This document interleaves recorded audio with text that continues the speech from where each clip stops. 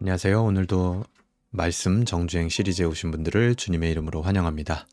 오늘은 마태복음 26장의 이제 두 번째 단락을 같이 묵상할 차례인데요. 오늘은 이제 36절부터 46절, 비록 10절이지만 예수님께서 잡히시기 전 겟세마네 동산에서 기도하시던 그 장면을 우리가 같이 좀 묵상해 볼 수 있으면 좋겠습니다. 그래서 짧지만 그래도 36절부터 46절까지 먼저 한번 읽어보도록 하겠습니다.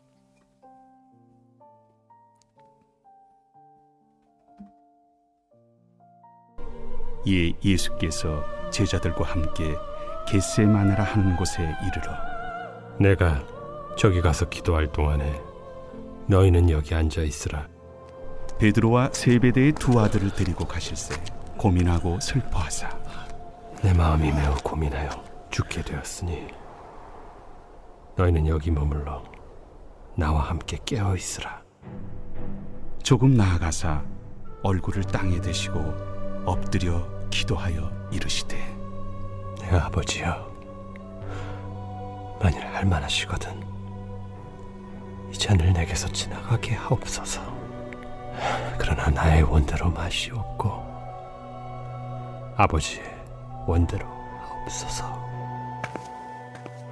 제자들에게 오사 그 자는 것을 보시고 베드로에게 말씀하시되 너희가 나와 함께 한 시간도 이렇게 깨어 있을 수 없더냐? 시험에 들지 않게 깨어 기도하라. 마음에는 원이로되 육신이 약하도다. 다시 두 번째 나아가 기도하여 이르시되 내 아버지여, 만일 내가 마시지 않고는 이 잔이 내게서 지나갈 수 없거든. 아버지의 원대로 되기를 원하나이다. 하시고 다시 오사 보신즉 그들이 자니 이는 그들의 눈이 피곤함일러라. 또 그들을 두시고 나아가 세 번째 같은 말씀으로 기도하신 후 이에 제자들에게 오사 이제는 자고 쉬라. 보라, 때가 가까이 왔으니 인자가 죄인의 손에 팔리느니라. 일어나라, 함께 가자. 보라, 나를 파는 자가 가까이 왔느니라. 말씀 네, 여기까지 36절부터 46절까지 우리가 좀 한번 읽어봤습니다. 먼저 이 마태복음 26장 우리가 묵상하게 될 두 번째 단락은 이제 예수님의 겟세마네 동산의 기도의 모습, 그리고 제자들의 모습들을 이제 보여주고 있는데요. 오늘 여기서 우리가 한 세 가지 정도 한번 묵상하고 생각을 해볼 수 있으면 좋겠습니다. 먼저 장면은 예수님께서 겟세마네라는 곳에 도착을 하셔서 베드로와 요한과 야고보를 데리고 따라오라고 하시고 나머지 제자들은 좀 멀찍이 이렇게 떨어져 있으라고 얘기를 하십니다. 그때 이제 예수님의 이 제자들에게 하신 요청은 뭐냐면 38절입니다. 이에 말씀하시되 내 마음이 매우 고민하여 죽게 되었으니 너희는 여기 머물러 나와 함께 깨어 있으라 라고 말씀을 하시죠. 깨어 있으라 라고 하신 말은요, 그냥 단순히 깨어 있으라, 그냥 잠자지 마라 이 말이 아니라 41절에 보면 이렇게 말하죠. 시험이 들지 않게 깨어 기도하라. 그러니까 기도하라는 요청이었던 거예요. 예수님의 십자가 사역을 앞에 두고 예수님도 기도를 하셨어야 된단 말이에요. 그러니까 제자들에게도 기도해라 라고 말씀을 하신 거죠. 그래서 오늘 본문에서 우리가 가장 먼저 배울 수 있는 거는 기도라는 것이 어떻게 시작되어져야 하는가라는 겁니다. 그러니까 바로 가장 먼저 일단 기도라는 것은 깨어서 의무적으로라도 그 기도의 자리에 있어야 된다라는 겁니다. 처음부터 기도를요, 술술 막힘없이 즐거운 마음으로 하나님과 교통하며 할 수 있는 사람이 있을까요? 없습니다. 그러니까 기도는요, 뭐 문장을 잘 만들고 잘 쓰고 격식을 지키고 그런 게 아니라 하나님과 교제하는 거란 말이에요. 근데 그 하나님과의 교제가 처음부터 막힘없이 즐거운 마음으로 될 수 있는 사람도 없다라는 겁니다.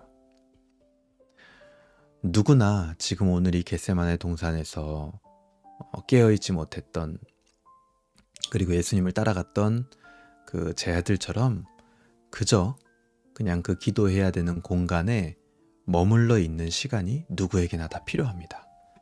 제자들도요, 예수님의 요청에 의해서 이것부터 시작을 한 거예요.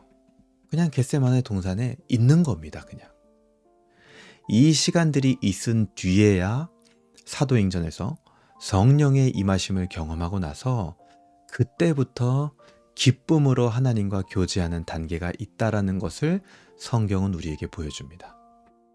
그리고 그 중간 단계가 하나 더 있죠. 이제는 예수님께서 승천하시고 예수님의 부활을 다 보고 승천하시고 예수님의 말씀을 기억하면서 기도하는 거. 그래서 총 3단계가 성경에서 나오는 거예요. 가장 먼저는 겟세마네 동산에서 정말 어떤 면에서는 아무 의미 없이 그냥 자리만 지키고 있는 그런 기도의 모습이 있는 거고, 두 번째는 예수님이 부활 승천하신 뒤에 예수님의 말씀을 기억하면서 기도하는 모습들이 있는 거고, 마가의 다락방에서. 세 번째는 이제는 그 기도 중에 성령께서 역사하셔서 성령을 경험하게 되는, 온전한 기쁨으로 나아가게 되는 그런 기도의 단계들이 있다라는 겁니다. 그런데 그 모든 기도의 시작은 뭐다? 의무로. 그냥 겟세마네 동산에서 그 자리에 있는 거, 그걸로 시작한다라는 사실을 우리는 잊으면 안 됩니다. 그래서 기도는 의무로 시작해서 기쁨으로 나아가는 기도가 되어야 한다라는 말이 정말 맞는 말이죠. 의무적으로 시작할 수 있어요. 근데 하지만 그 끝은 하나님과의 교제의 기쁨을 누리는 기도가 되어야 한다라는 거죠. 이것이 바로 오늘 본문 첫 번째로 우리에게 알려주는 교훈일 것 같습니다. 그리고 나서 예수님께서는 이 겟세마네 동산에서 기도하십니다. 이제 십자가라는 무거운 짐을 지려는 준비를 하고 계세요.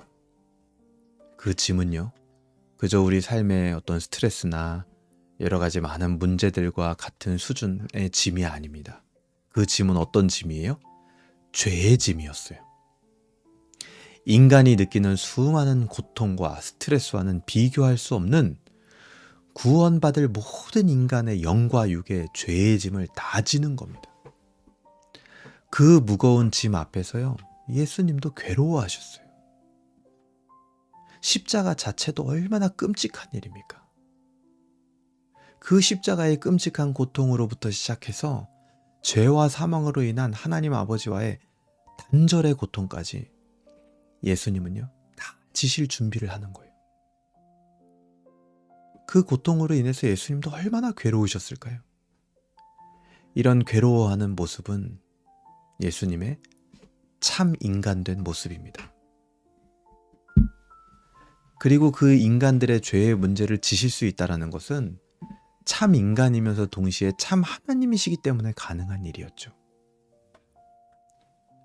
그렇기 때문에 우리의 약함을 얼마든지 동정하실 수 있는 분이고, 동시에 그 약함에서 우리를 건지실 수 있는 분임을 오늘 본문은 보여주는 겁니다. 그래서 오늘 본문이 보여주는 두 번째 지점은 앞에서 계속해서 나왔던 주제랑 똑같은 거예요. 예수님이 어떤 분인가? 예수님은 이런 분이다. 참 인간이기 때문에 우리를 동정하실 수 있다. 그러면서 참 하나님이시기 때문에 우리를 동정을 넘어서 건져주실 수 있는 분이다. 그거를 보여주는 겁니다. 그래서 우리는 그 예수님의 이름으로 기도해야 되는 거예요. 그 모든 일 앞에 예수님께서도 기도하셨습니다. 그러니까 우리가요, 기도에 대해서 이러쿵저러쿵 말하기 전에 그냥 기도해야 됩니다. 같은 기도 제목으로요, 여러 번 말하며 기도해도 좋습니다. 예수님도 오늘 겟세마네에서요, 같은 기도 제목으로 계속 기도하셨어요. 여러 번 기도했습니다. 중요한 건 하나님과 교제하며 기도하느냐 기도하지 않느냐 그 차이가 있을 뿐이죠. 그런데 왜 제자들은 기도하지 못했을까요? 이게 바로 오늘 본문이 알려주는 세 번째 지점인데요. 40절 보세요. 제자들에게 오사 그 자는 것을 보시고 베드로에게 말씀하시되 너희가 나와 함께 1시간도 이렇게 깨어 있을 수 없더냐. 43절 보세요. 다시 오사 보신즉 그들이 자니 이는 그들의 눈이 피곤함일러라. 이렇게 말씀하시죠. 그러니까 눈에 졸음이 가득한 거예요, 제자들이. 쉽게 말해서 예수님이 평가하신 대로 육신이 약한 겁니다. 근데 이게 얼마나 어이없는 일입니까? 십자가 사건. 정말 시대를 뒤흔드는 중차대한 사건 앞에 기도하지 못했던 이유가 물어보니까 뭐 때문이요? 잠 때문에. 졸려서. 인간은요, 그냥 정말 이만큼 어이없는 존재입니다. 분위기 파악도 안 되고 무엇이 중요한 것인지도 모를 만큼 무지한 게 인간이에요. 그리고 그게 바로 제자들이라고 말하지 마세요. 인간이라고 말하지 말자고요. 그게 그냥 바로 우리입니다. 나예요. 우리도 예수님이 내일 십자가 져도 오늘 졸고 있을 거예요. 예수님이 내일 오실 거라고, 언제 오실지 모른다라고 해도 그냥 오늘 졸고 자고 있는 게 우리의 모습입니다.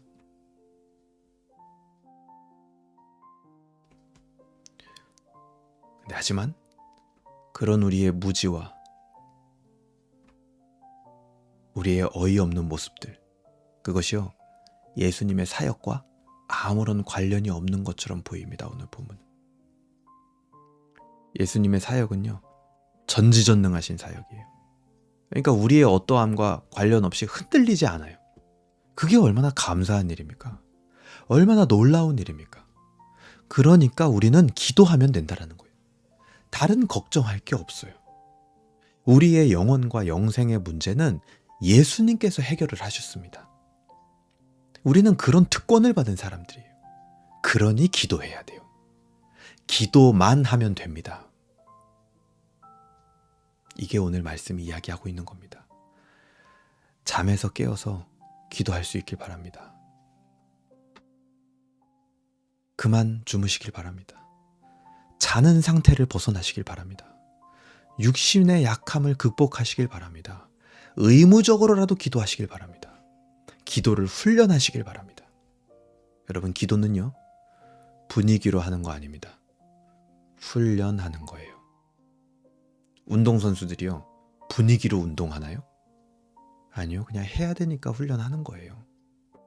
그런 운동선수가 실력이 늘어가는 거죠. 우리가 기도하지 않는 건 육신의 약함이 있다라는 거는 극복해야 될 문제예요. 의무적으로 기도도 훈련해야 되는 겁니다. 그러니까 이게 연쇄적이에요. 내가 육신이 약하다? 그래서 기도하지 못한다? 그렇기 때문에 하루의 삶 가운데 우리의 삶을 지배하는 많은 요소가 짜증과 분노, 귀찮음, 예민함, 이런 걸로 드러나는 겁니다. 여러분, 기도 안 해도요, 우리 육신이 약해도요, 나에게 맡겨진 일들을 다 할 수는 있어요. 설교도 할 수 있고요, 전도도 할 수 있고요, 집안일도 할 수도 있고요, 공부도 할 수 있고, 운동도 할 수 있고, 다 할 수 있습니다. 근데 다만 육신이 약하고 기도하지 않는 사람들이 그런 일을 할 때 어떻게 되는 줄 아세요? 결과가? 그 일을 진행하는 모든 과정 속에서 나의 약점이 다 드러납니다. 저 목회자도 마찬가지예요. 목회를 하고 설교를 하고 전도를 하고 양육을 하고 성경 공부를 하는데 그 과정 중에 내 약점 있죠, 약점. 막 예민함과 짜증과 분노, 이런 것들이 다 드러나 버려요. 뭐 안 하면요? 기도 안 하면.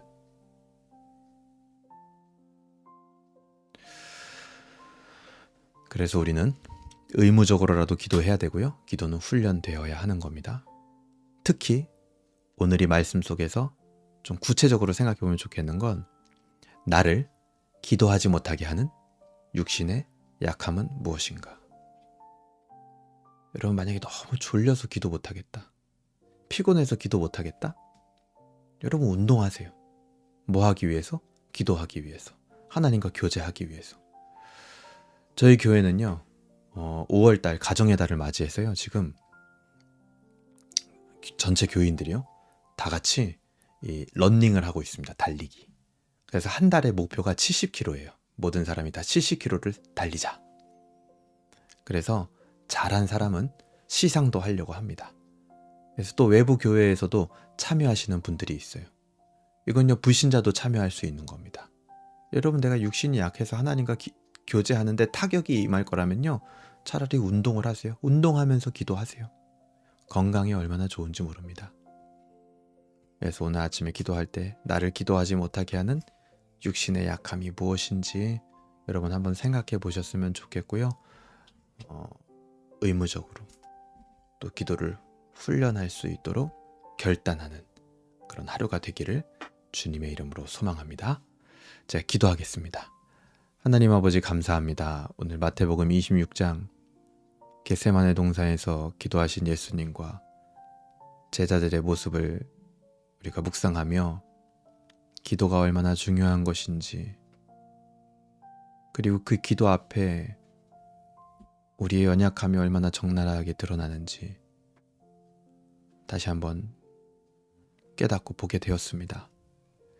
우리의 연약함과 상관없이 우리를 구원하시며 우리의 죄의 문제를 해결해 주신 예수님의 은혜에 감사하며 이제는 그 예수님의 이름으로 하나님과 교제하는 삶으로 나아가게 하여 주시옵소서. 그렇게 우리의 연약함들이 극복되게 하여 주시고 연약한 우리를 붙들어 주시옵소서. 감사드리며 예수님의 이름으로 기도합니다. 아멘. 네, 감사합니다. 오늘도 우리가 같이 교제할 수 있어서 너무나 감사했고요. 오늘도 하나님께 영광 돌리고 하나님을 즐거워하는 하루 되시길 바랍니다. 감사합니다.